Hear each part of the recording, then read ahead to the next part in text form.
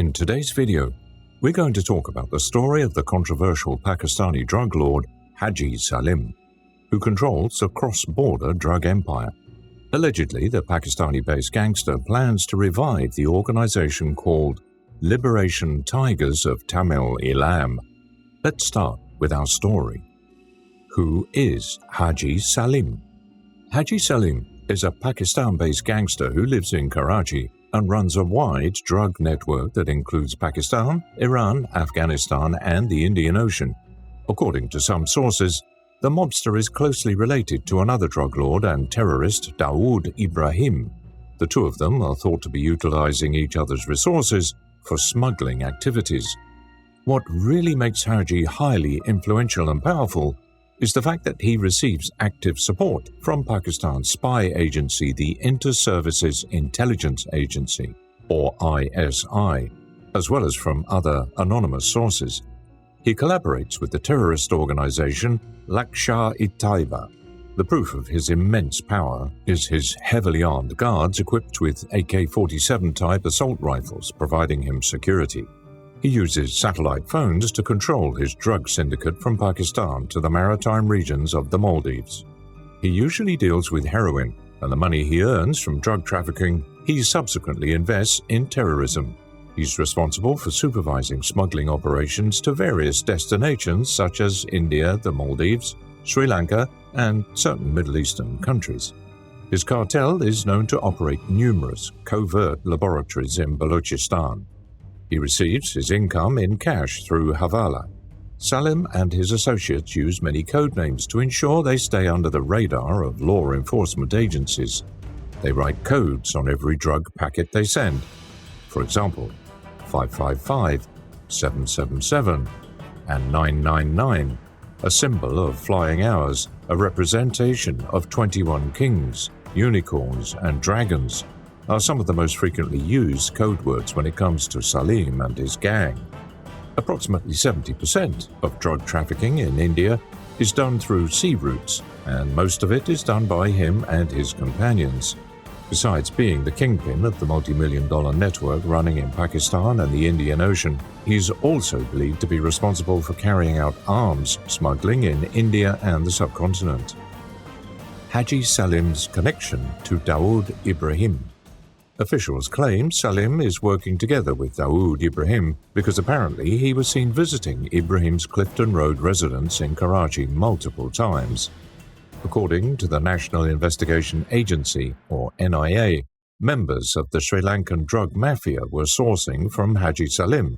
The charge sheet states that he's accused various WhatsApp members of carrying out insider trading.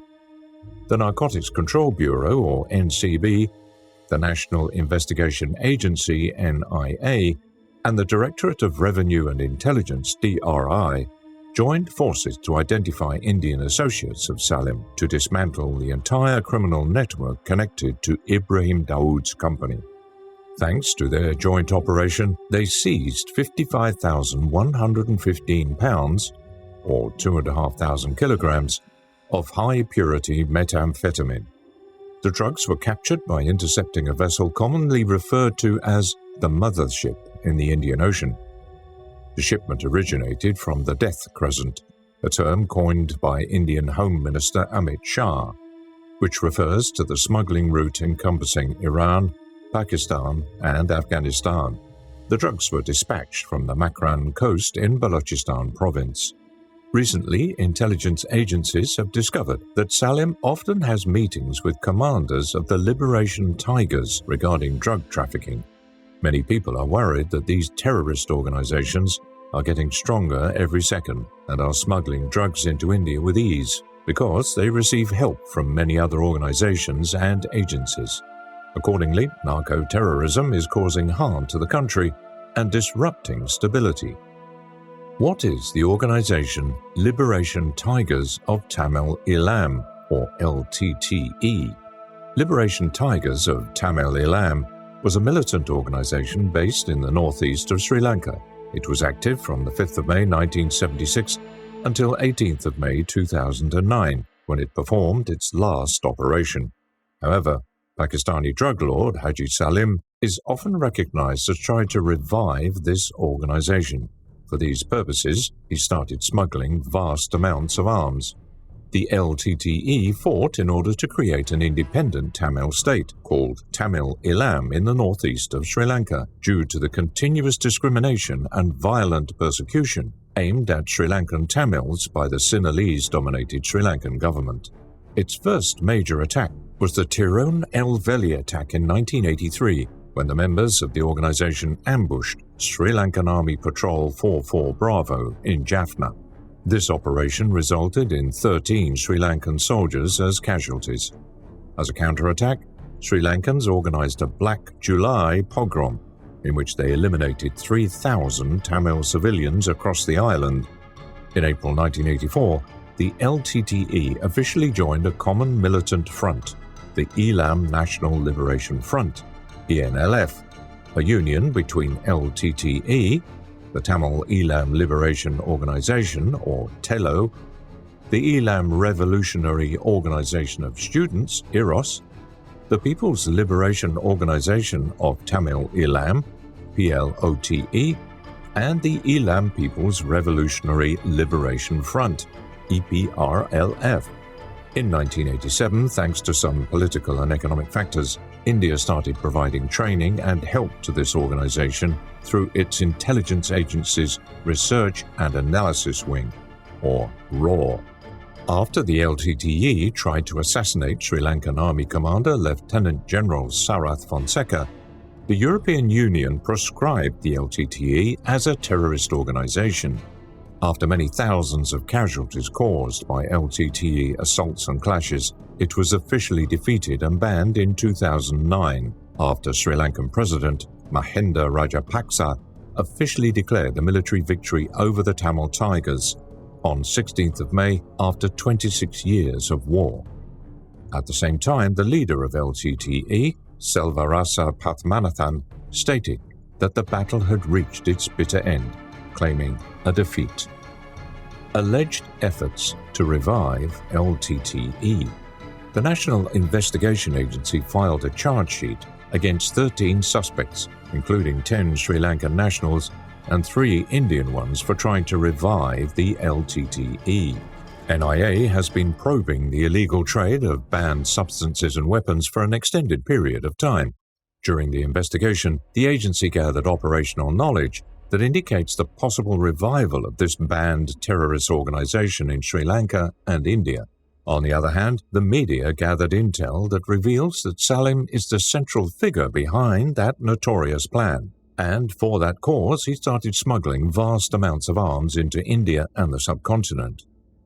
Salim gang tactics. Besides using special markers to evade suppliers mentioning his name, Salim is also constantly moving his hideouts to avoid the police. There's more to it, of course, because he uses many other tactics for his successful business. The modus operandi Salim's cartel uses is similar to the one of the D Company in the 90s, which involves the exchange of contraband taking place mid-sea from a mother boat, large vessels, to small fishing boats and dhows. Salim sends his drugs in boats that come empty from Sri Lanka. Afterwards, about 771 pounds or 350 kilos of heroin is handed over to the boat during the meeting in Iran or Afghanistan waters. Most of these boats are headed to India, and they come from Kerala or Kochi. His clan sometimes even asks local fishermen to help find out if the Navy boats are doing the rounds to make their entry or exit difficult. Most of the time, they are nabbed by the Navy. Afterwards, when the boat enters the Indian Ocean, the suppliers have to work along with other boats in order to divide the consignment into smaller batches, consisting of up to 110 pounds or 50 kilos. After that, the packets are loaded onto other boats and sent to different parts of the country. Sometimes, when the Indian Navy is present, Salim's people need to find a hideout, and they usually escape to the Maldives, Sri Lanka, and other countries. Efforts to put a stop to drug smuggling. The maritime drug trafficking in the Arabian Sea and Bay of Bengal poses new challenges to drug law enforcement agencies, and they anticipate a further increase of this route by international drug trafficking syndicates operating from Pakistan and Afghanistan. The government is putting a lot of effort into preventing drug smuggling, and for that purpose, it's allocated extra funds to agencies such as the NCB. As a result of this initiative, suspected containers are now being subjected to 100% inspection at ports. In addition, the NCB has identified particular sites near international borders and inland areas where mobile vehicle scanners are going to be set up. The Ministry of Home Affairs is also heavily invested in this process and is exploring technology solutions for scanning containers. It's yet to be tested if these efforts will be enough to put a stop to drug and arms smuggling done by the joint forces of Salim and Ibrahim. It remains to be seen if Salim will manage to revive the LTTE. That's it for today's video. If you enjoyed it, make sure to leave a like and comment on this video. Also, don't forget to hit the subscribe button if you like what we're doing and you want us to continue with more cool content. Until the next time.